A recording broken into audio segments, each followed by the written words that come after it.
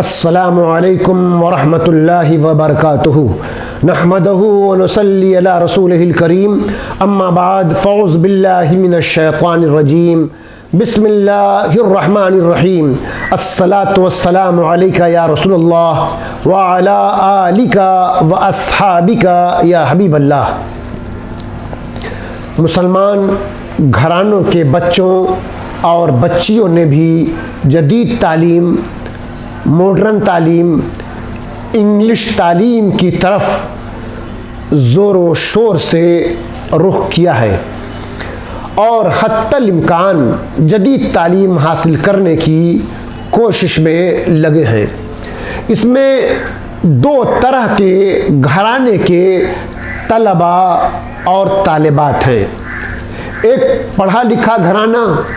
اور دوسرا کم یا نہیں پڑھا لکھا گھرانہ، مگر اکثر یعنی زیادہ تر اس میں تعلیم دلانے والے اور تعلیم حاصل کرنے والوں کا مقصد صرف اور صرف دنیا کی بالادستی حاصل کرنے کے سوا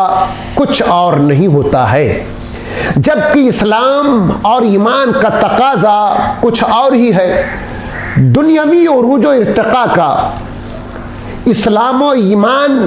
منافی نہیں ہے، بلکہ اسلام اور ایمان دونوں ہی دنیاوی عروج و ارتقاء بھی حاصل کرنے کی ترغیب دیتا ہے، بلکہ اس کا شمار عبادت میں بھی کیا جاتا ہے۔ ہمارے لیے سب سے پہلی چیز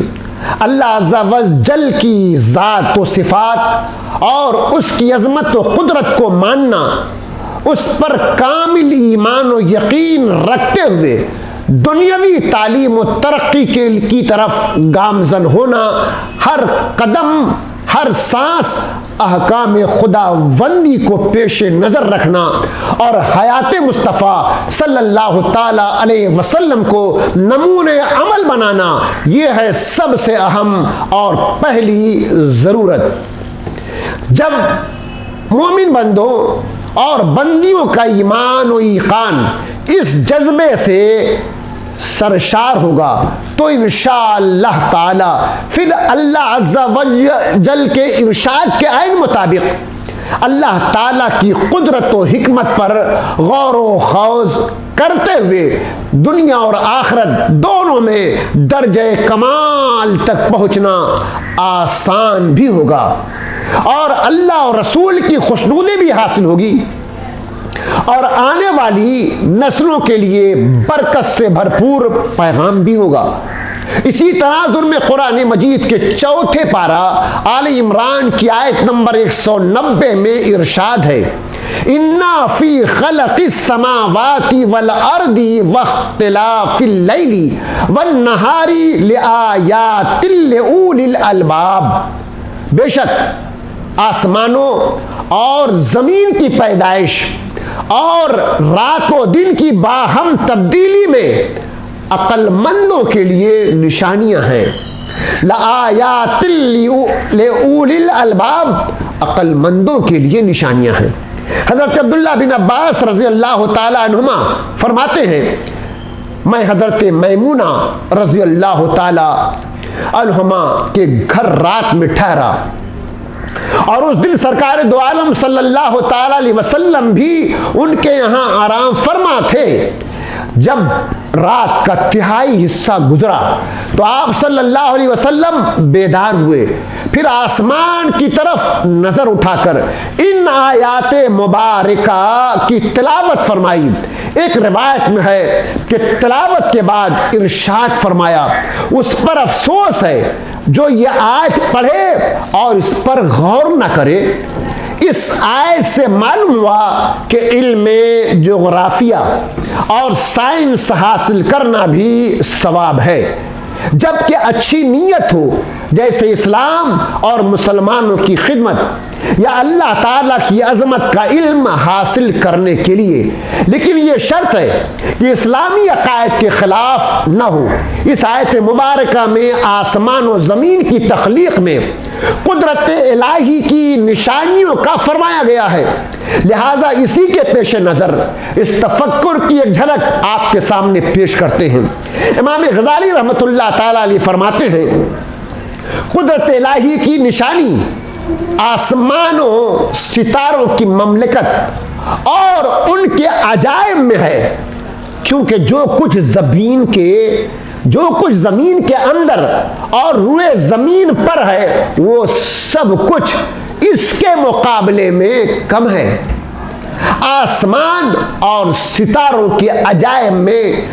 تفکر کرنے کے لیے قرآن پاک تنبیہ فرماتا ہے۔ سورہ نساء آیت نمبر 32 میں وَجَعَلْنَا السَّمَاءَ سَقْفًا مَحْفُوظًا وَهُمْ